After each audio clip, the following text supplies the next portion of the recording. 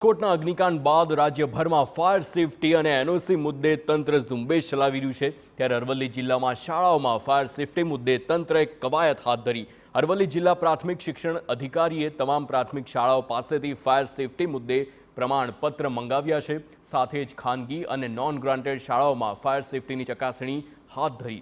જો કોઈ ક્ષતિ સામે આવશે તો જવાબદાર સામે કાર્યવાહી હાથ ધરવામાં આવશે। જિલ્લાની તમામ પ્રાથમિક શાળાઓમાં ફાયર સેફટી સંદર્ભે તો આદેશો કરી દેવામાં આવે છે અને શાળાના આચાર્યો પાસેથી પ્રમાણપત્રો પણ મંગાવવામાં આવે છે। કુલ શાળાઓ પૈકી 14 શાળાઓ છે કે જેને આપણે પ્રમાણપત્રોની જરૂર હતી, તેવા 13 પ્રમાણપત્રો અત્રે હાજર છે અને એની એક્સપાયર ડેટ આગામી લગભગ જૂન મહિનાની 2025ની છે। એ સિવાયની તમામ શાળાઓમાં ફાયર બોટલ્સનું રિફિલિંગ થઈ જાય અને એ જે તે ગ્રાન્ટમાંથી થાય એવી સૂચના પણ આપવામાં આવી છે। તો રાજકોટમાં